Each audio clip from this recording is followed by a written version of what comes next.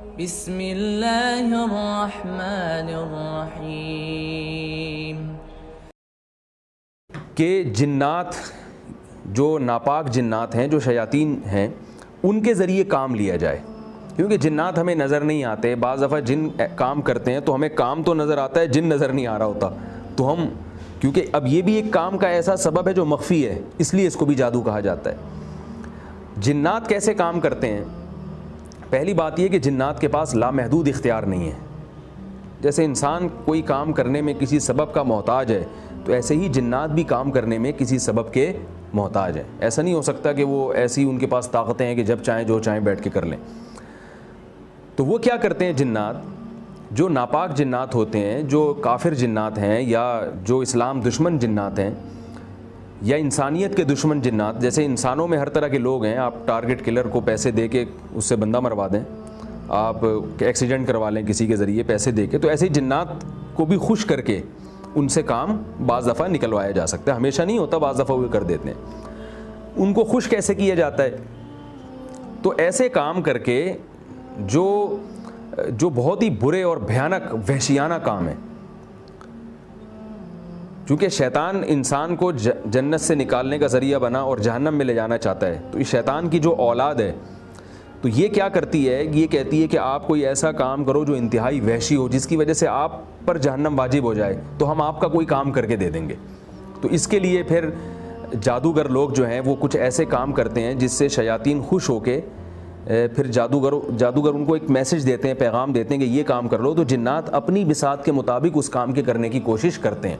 بسا اوقات اس میں پورے کامیاب ہو جاتے ہیں، بسا اوقات 50% کامیاب ہو جاتے ہیں، بسا اوقات 25% کامیاب ہو جاتے ہیں، اور بعض دفعہ ایسے ہوتا ہے کہ جنات 1% بھی کامیاب نہیں ہوتے اس میں، یعنی کوئی یقینی اثر نہیں ہوتا اس کا. اب وہ کام کیا ہیں؟ وہ بڑے وحشیانہ قسم کے کام ہیں. مثال کے طور پر آپ نے جادوگروں کے بارے میں سنا ہوگا کہ جب لوگ جاتے ہیں جادوگر کے پاس کہ ہم نے میاں بیوی میں طلاق ڈلوانی ہے، ان کے جیسے کسی کو عشق ہو گیا کسی سے، وہ طلاق دلوانا چاہ رہا ہے، تو جادوگروں کے پاس جاتے ہیں. تو جادوگر کیا کہتے ہیں؟ بھائی جو ہے نا کسی مردہ بچے کی ہڈی لے کر آؤ قبرستان سے. اب معصوم بچہ ایسی چیز ہوتا ہے کہ جس پہ ہر ایک کو ترس آتا ہے، خاص طور پہ وہ مر جائے تو اس پہ تو بہت ہی پیار آتا ہے، اس پہ بڑا ترس آتا ہے. اب آپ قبر میں گھس کے اس کی ہڈیاں نکال کے لا رہے ہیں. یہ ایک ایسا عمل ہے جو کافر بھی کرتے ہوئے ڈرتا ہے، ایک بڑا ہی وحشیانہ عمل. بعض دفعہ یہ کرتے ہیں کہ بھئی ایک مرغی کا چوزا لاؤ اور اسے کھڈا کھود کے زمین میں زندہ دفنا دو. اب یہ جانور پر انسان کو رحم آتا ہے، خاص طور مرغی کا چوزا تو بڑا معصوم سا ہوتا ہے، اس میں تھوڑا پیار سا آتا ہے اس کے اوپر. تو یہ کیا کریں گے کہ ایک بڑا وحشیانہ عمل ہے نا، تو آپ سے ایسے کام کرائیں گے جس سے آپ کا ضمیر مر جائے. جب آپ اتنے وحشیانہ کام کرو گے، آپ سے کہیں گے خون پیو، آپ سے کہیں گے گندگی کھاؤ، گوبر کھاؤ. یہ جادوگر خود بھی یہ سارے کام کرتے رہتے ہیں، گوبر کھاتے ہیں. یہ ہمارے ایک دوست نے بتایا کہ لانڈی میں 2 جادوگروں کا پھڈا ہو گیا آپس میں، تو وہ بڑا عجیب لڑائی ہوئی. تو وہ لڑائی میں تانے کیا دے رہے ہیں ایک دوسرے کو. تو ایک کہہ رہا ہے تو کتنا بڑا جادوگر ہے، مجھے پتا ہے تو کتنا گوبر کھا سکتا ہے، تو 1 پاؤ سے زیادہ کھا ہی نہیں سکتا. اور دوسرا کہہ رہا ہے بے تو کیا کھائے گا، میں آدھا کلو گوبر کھا جاتا ہوں. یعنی یہ ان کی لڑائی ہو رہی ہے. تو یہ گوبر کھانا، گندگی میں پڑے رہنا ہر وقت، یعنی وہ کام جو اینٹی اسلام ہے اور بڑے وحشیانہ قسم کے کام ہیں. زندہ بچے کو دفن کر دینا، یا بچے کی ہڈی نکال لینا، یا مردوں کے ہڈیاں نکال لینا، مردوں کا گوشت کھا لینا. اس قسم کے انتہائی جب وحشیانہ عمل کیے جاتے ہیں تو جو جنات اور شیاطین ہیں وہ ایسے آدمی سے خوش ہو جاتے ہیں. تو وہ پھر ان کو کوئی میسج دے دیتا ہے. میسج میں بعض دفعہ یہ بھی ہوتا ہے کہ جیسے میں زیادہ ڈیٹیل میں نہیں جاؤں گا، کہیں لوگ یہ کام کرنا نہ شروع کر دیں. تو میسج میں کسی بھی طرح سے ان کو میسج دے دیا جاتا ہے، جنات سمجھ جاتے ہیں کہ یہ بندہ ہم سے چاہتا کیا ہے، تو پھر جنات وہ کام کرنے کی کوشش میں لگ جاتے ہیں. تو یہ بھی جادو کی ایک قسم ہے. تو اب جب جنات اس بندے کو نقصان پہنچانا شروع کرتے ہیں تو بندے کو جو نقصان ہو رہا ہے وہ تو ہمیں نظر آ رہا ہے، مگر اس کی لاجک سمجھ میں نہیں آ رہی. ڈاکٹر بھی پریشان ہوتے ہیں، یار اس کے سب کچھ ٹھیک ہے پر پتہ نہیں کیوں ہو رہا ہے. ڈاکٹر بھی پریشان ہوتے ہیں. تو وہ کیا ہوتا ہے، جنات کے اس کے اوپر اثرات ہوتے ہیں، اور وہ جنات کسی نے بھیجے ہوتے ہیں. تو یہ بھی جادو کی ایک قسم ہے، کیونکہ یہاں بھی ہمیں اثر نظر آ رہا ہے ایک چیز کا، مگر اس کا سبب ہماری سمجھ میں نہیں آ رہا، کوئی سائنٹیفک لاجک ہماری سمجھ میں نہیں آ رہی اس کی. تو یہ بھی ایک قسم ہے.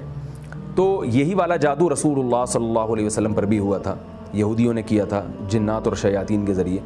تو یہ جو جادو ہے، چاہے وہ دوسری قسم کا ہو یا پہلی قسم کا، یہ جو شعبدے والا جادو ہے نا، ایک قسم میں نے بتائی کہ شعبدہ نظر کا دھوکہ، یہ اثر یہ والا جادو تو سب پہ ہوتا ہے. کوئی بھی ٹرک سیکھے اور ایسے نظر کا دھوکے سے کوئی کام کرے، یہ تو سب متاثر ہوتے ہیں. جیسے یوٹیوب پہ کلپ ہیں، آپ نے دیکھا ہوگا، وہ رومال سے جناب اس نے کبوتر نکال کے دکھا دیا. تو یہ تو ایک ٹرک ہے، اس میں تو آپ متاثر ہوں یا نہ ہوں، وہ تو چونکہ ایک ایسی ٹرک ہے جس سے سب متاثر ہوتے ہیں. تو یہ اثر تو سب پہ ہوتا ہے، اور یہ اس اثر کا نقصان نہیں ہوتا، بس تھوڑی سی کلیپنگ ہو جاتی ہے اور لوگ کہتے ہیں بھائی بڑا کمال کیا آپ نے، پتہ نہیں کیسے کر کے دکھائے. تو یہ والا جادو تو اتنی خطرناک چیز نہیں ہے، اور یہ ناجائز ہے اس صورت میں کہ جب آپ واقعی کسی کو دھوکہ دے رہے ہو، اس سے کسی کو نقصان پہنچا رہے ہو. اگر کسی کو آپ اس سے نقصان نہیں پہنچا رہے، محض ایک کھیل تفریح کے طور پر آپ دکھا رہے ہیں اور لوگ بھی سمجھ رہے ہیں کہ بھئی یہ صرف ایک یعنی شعبدے بازی ہے، ایک ٹرک ہے، تو یہ انٹرٹینمنٹ کا ایک ذریعہ ہے، اس سے زیادہ اس کی کوئی حیثیت نہیں ہے. لہذا یہ اس جادو میں داخل نہیں ہے جس کو شریعت نے حرام قرار دیا اور جس پر بہت زیادہ وعیدیں ہیں.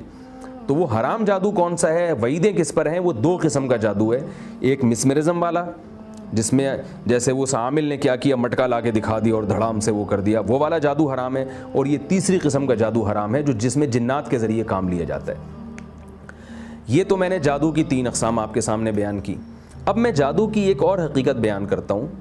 یہ بات خوب اچھی طرح سمجھ لیجئے. 2 مسئلے میں اس بارے میں بیان کروں گا. نمبر 1، کیا جادو واقعتاً بہت زیادہ مؤثر چیز ہے جس سے ہمیں ڈرنا چاہیے، بچنا چاہیے، بہت اہتمام کرنا چاہیے؟ ایک بات تو یہ، کیونکہ ہمارے معاشرے میں آج بہت لوگ جادو سے ڈرتے ہیں. کچھ بھی ہو جائے لوگ کہتے ہیں یار کسی نے کچھ کیا ہوا ہے ہمارے گھر پہ، بچیوں کی شادی نہیں ہو رہی، یار کچھ ہوا ہوا ہے، جادو وادو ہوا ہے ہمارے پر.